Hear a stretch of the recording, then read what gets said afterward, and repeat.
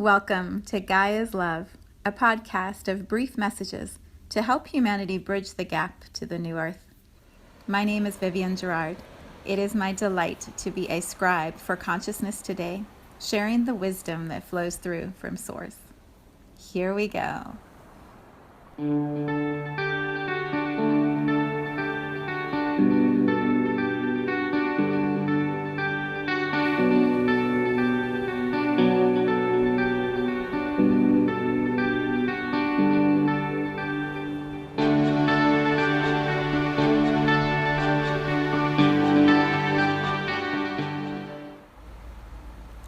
Episode 312.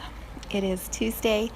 Here in Cincinnati, it's cold, it's gray, kind of rainy, it's winter. It's really chilly outside. I think our high is in the 30s today. And it's one of those colds where I need like extra layers just to stay warm, even inside the house, where your bones are just feeling like it's shifting. It's shifting. We are also today shifting astrologically, and this one feels really powerful and exciting, and so I thought I would read from Astromama's post, which she shared yesterday on Facebook. I thought I would read it today so that you can tune in with me, and then we'll kind of see what we want to share from there. Okay, so this is Astromama, and if you are not currently following her, I highly suggest you do. She also has a really cool space on Patreon where Alicia and I play, and her Patreon page gives extended forecasts, so you can get like more details about your actual sign depending on what's shifting and what the topic is. They're amazing. I signed up for them, and I love what she shares as specifically applying to me and my world. Because, it's all about each of us individually and what we're here to learn, and her forecasts are really helpful for me. Okay, so here we go. Astromama, these are all her words. She says, Jupiter in Capricorn, enlightenment of responsibility, karma doubled, awareness of inner power and purpose. On December 2nd, I guess this was yesterday. Sorry, I might be a day late. I didn't feel it until today. I'm on my own time. On December 2nd, Jupiter, the planet of luck, optimism, wisdom, and travel, leaves his home sign of Sagittarius and transits to the sign of Capricorn. Capricorn, the 10th zodiac sign, deals with authority, power, structure, obligation, and karma. Jupiter is technically in his fall position in the sign of the goat. Planets in their fall tend to be weaker and not particularly comfy. This will make some of Jupiter's blessings not as readily known. That being said, as with anything in Capricorn, the more you put in the work and dedication, the greater and more evident the rewards will be. Jupiter in Capricorn is here to expand and awaken our capacity to build plans and projects on solid ground and with integrity. No other sign is known to get her done quite like a Cappy. There will be an increase in not only our personal responsibilities and obligations, but a greater global awareness of our impact on society. That makes me so happy, by the way, when I read that. I'm like, yes, for the next year, we're going to have a greater global awareness of what we do as a collective. Yeah, so good. She continues, Jupiter, although known for his hope and optimism, is the planet of expansion, for good or worse. If you have been living your life with integrity and truth, and are ready to do the work, then this transit will bring in recognition and tangible spiritual rewards. If you have been playing small and living out of fear, that too will be amplified by this transit. Jupiter in Capricorn wants you to get real about what really matters. It's time to build a solid, albeit expansive and enlightened path on how to achieve your greatest goals. The sexiest words to Jupiter in Capricorn are, patience produces profit. This again won't just be from a tangible or 3D perspective, but also from a spiritual or 5D viewpoint. Karma in all forms will be amplified as well, since this is also the domain Cappy rules. It's time to pay the piper, with the largest planet transiting the sign of the goat, and what you receive is contingent upon what you have been giving. The score will be very clear by the end of 2020 when Jupiter leaves Capricorn to move into the sign of Aquarius. My sign. I'm so excited for that. Anyone with predominant planets, points, or angles in Capricorn will be in for a major expansion related to control and power. Again, how this manifests really depends on what you do with this power and control. Remember that the veil is thin, and Capricorn is a judge that takes no prisoners. Jupiter in Capricorn is here to expand our awareness and capacity to build solid structures and plans. This is the first time Jupiter has been in Capricorn since 2008. You might want to look back to that year for reference, as some similar themes might be playing out from now till the end of 2020. Jupiter in the sign of the mountain goat wants you to get real and authentic on what is working and what is not working in your everyday life. It is time to expand with integrity of purpose and intention. Although the sky god Jupiter prefers to fly in the ether, Capricorn will ask him to come back down to earth and get comfy with a schedule and task list. Although that might not sound thrilling, these are the keys to the kingdom of success.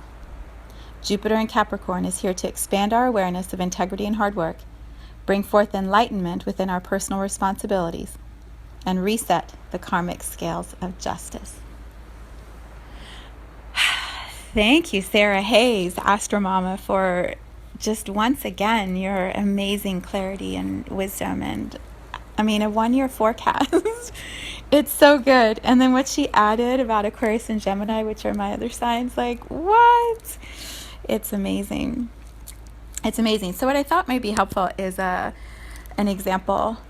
So let me first start with the 2008 piece. When astrology suggests that we look back at a cycle to see what was starting and what is completing, or what the pattern was then and what the pattern could be now, it actually matters. It's worth the time to do that, because when you look back at that cycle that we're being guided to look at, there's always a connection. And it's so profound when we take the time to expand the perspective, which is what astrology does. It expands the viewpoint. It's not just us in our own little world. It's this collective universe of so much energy moving. When I look back at 2008, my God, what a year that was. I chose to leave my marriage, to separate from my husband. I started full-time work after being a stay-at-home mom, working part-time, doing a lot of, really cool projects, but definitely part-time. My main focus was my children. And I switched to a full-time, really intense job. Major shift in my world and my reality. And then also I started doing energy work.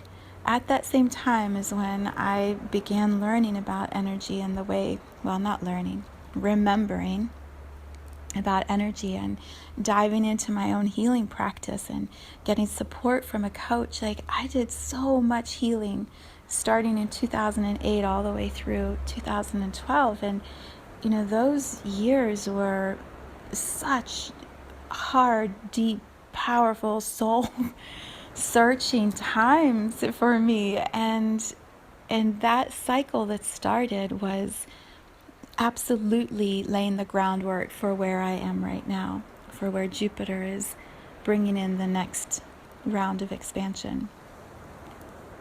What I loved about the post that Sarah shared is that it talks about the patience produces profits, the hard work yields results, the continual commitment to your own path is the way to expand your work from integrity and from truth and alignment.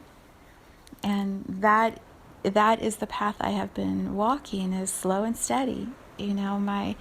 My circles have slowly been expanding, but they're so solid and so grounded. The work that I do it's so familiar and comfortable to me now that there's no bumpiness, no wobbliness when I start sharing in bigger groups or holding bigger spaces. It's in me. I'm very comfortable with how I connect to energy, flow energy, communicate about energy. And so it's just perfect that as I was reading the post last night, I had my second embodied love class as we are doing this transit for Jupiter into what's expanding next. And so I'll just share a couple reflections about it, because I believe in examples we find our own alignment, or places we can come into greater alignment. Through examples and stories, we learn more about our own journey. And so as you're listening to me, apply it to you and to how this can guide you also in your own journey. So embodied love is this, how did it even come through? It was just in like a meditation space. It was after the Gaia's Love Festival, the first festival. I was writing down, what is it that I'm birthing next? Because the festival was such a big milestone for me, such a big achievement of, okay, I wrote the book and now here's the first festival, and wow, right, we're opening up the door for all these other festivals. And I also knew, like, I've got to ground myself into this reality, this life, this everyday journey I'm taking, even as I'm planning and moving towards these big global events and portals, vortices. I knew I still needed to ground into this daily journey I'm taking. And so I wrote in my journal these ideas of things that I would start offering, specific new forms of teaching and communicating and sharing about energy and love in the way that I know it. And this is how Gaia's Love podcast came through. It's just an idea that takes form in meditation, and then, I follow the signs and create it, and then suddenly I'm living this amazing reality and having fun creating these podcasts every day. And so in that meditation, the very first thing I wrote down was embodied love as like item number 1. This is what I'm going to do. And I'm like, embodied love? What is that? What is embodied love? And I wrote this description. It was beautiful about, we are energy embodied in the physical form. And do we know how to manage that energy? How do we tap into it and play with it and understand it better, so that we can really align our mind, body, spirit in the most powerful and expansive ways? And when we live love embodied in the physical form, we're invincible, unstoppable. Like, creativity can flow through us in the most amazing ways. And this is how I live my life, embodied love. And so I wrote this description. I was like, oh, that's going to be amazing. And then I went on, I wrote a couple other things. Quietly listening, which I've started with my friend Andrea. Our class is tomorrow night, virtual healing. Amazing. I wrote about lunch and loves. That's when that came through. Like, all these beautiful new offerings. I was just channel writing them right into my journal. And then I got done. I was like, oh shit, like, I got a lot of work to do. I don't know how I'm going to get all of this structure set up. I remember showing it to my husband. He's like, what are you doing? How are you going to do that? Maybe you should start slowly and not like jump into all of it at once. So it's taken from August until now to really fully land in the beauty of each of those separate offerings. So embodied love, I set up the first class. It was only November. I think it was, November that I had the first one. And I had no idea. I had 3 people sign up who are all very good friends, close people in my life. They sign up, they come into my living room, and I was like, okay, well, what we're going to talk about is how we bring energy into our physical body in a more powerful way. And I just started talking, and these amazing words were coming through me, and I'm like, wow, that's so awesome. And I was showing them how to move energy, and it's individual, and so trying to feel what each one needed to adjust and explain it, and it was so amazing. The hour was just flew by. So then after it was over, I'm like, oh, I need to sit with this. I don't know what this class actually is. Like, what's going to happen? I don't understand. And my original intention was 1 class, and then I'm going to offer it to yoga studios, and I'll be ready to go. And what I realized is, I don't know what I'm doing yet. I'm not ready to go. So I've been sitting with it in meditation and really tuning into, how do I teach this? How do I scale this in a way where I can hold multiple people at the same time moving through this really intense learning process? How am I going to do it, and what will it feel like? And each time, the answer I keep receiving from my soul, from my guides, is the only thing you have to do is be really present in your body and trust the flow of energy. That is the point of teaching it. You're living it and you're teaching it, and you show up and you will know exactly what to do. And so I set up 2 more classes for December here in my house. So last night I had a class with these 2 beautiful women who I didn't know very well. I've only met one of them once, and it was extraordinary. The awareness and the teaching was so simple and so profound, and the answers were exactly where I needed them in the moment I needed them, and both had beautiful expansion, and it was incredible. It was so much fun, and it was so easy. It was so easy. For me, it was so easy. And so I have another class next week, Wednesday, which I can already feel is going to be even more fun. And then it's ready. It's ready to be shared with yoga studios. It's ready for me to take out into communities and teach in this bigger way. So I share this example to say many things. First, trust the process. When we have ideas that come through and they delight us and they feel so certain, and we know we're in alignment with our soul, the answers, the process, the support, the clients, the whatever it is you need, they're going to show up because you are in alignment with your truth. The skills we have been learning since 2008, everything I have been learning since 2008 is what I am going to be teaching and showing and illuminating for people in these classes. Everything. Every story, every pain, every joy, every moment of awareness at a soul level, at a human level, the understanding of how my mind, body, spirit work together, all of that is incorporated into teaching this class. That's a lot of information, a lot of embodied love, and it's just fully accessible. It's exactly the same for all of us. When we are living our truth with integrity, like Sarah says, when we are showing up and speaking our truth, even when it doesn't make sense to the people around us, even when someone that we love may be saying like, what are you doing? Or what are you thinking? When we know our truth, when we listen to our soul and we follow that guidance, everything we need is inside of us. And then we trust that and we start sharing it. It's this Jupiter from the ethers, as Sarah says in her post, coming all the way down into the grounded, practical application of Capricorn. That's what's going to happen this year. That's what is starting. It's exactly what I felt last night in Embodied Love. I don't have to have a map.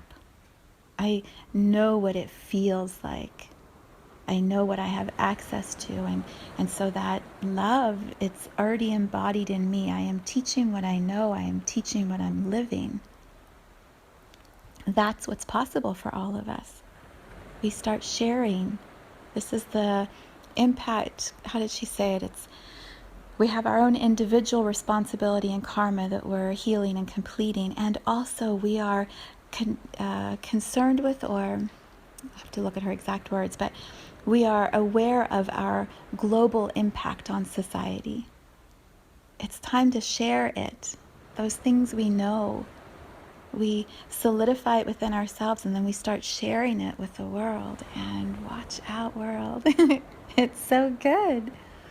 It's so good, because when I'm teaching embodied love and the people in my classes are learning how to embody love, they're all going out into their worlds as embodied love. Like, yes, yes, so good, so good. And so maybe what we have been doing, are doing, or still going to be working through over the next month is feeling those places inside, like I described yesterday, that have some tenderness or have some layers to still move through. Maybe we're still shedding another layer of skin, like the insect I described. And yet, that process is going to keep bringing us into these possibilities of sharing it, of teaching it, of modeling it. And so, we're walking our talk, right? We're walking our talk. So thank you, Sarah Hayes, for walking your talk, for sharing your gifts in these profound ways that guide so many people. Your example continues to inspire, and continues to inspire me to also live my example. All right, I am off to a lunch and love and energy gym tonight, quietly listening tomorrow. It's such a good life. Even when I get in the, like I was this weekend, there is this popping out into the joy of look what we are creating, look what we are living. And it really is sweet. So, have a beautiful Tuesday, friends.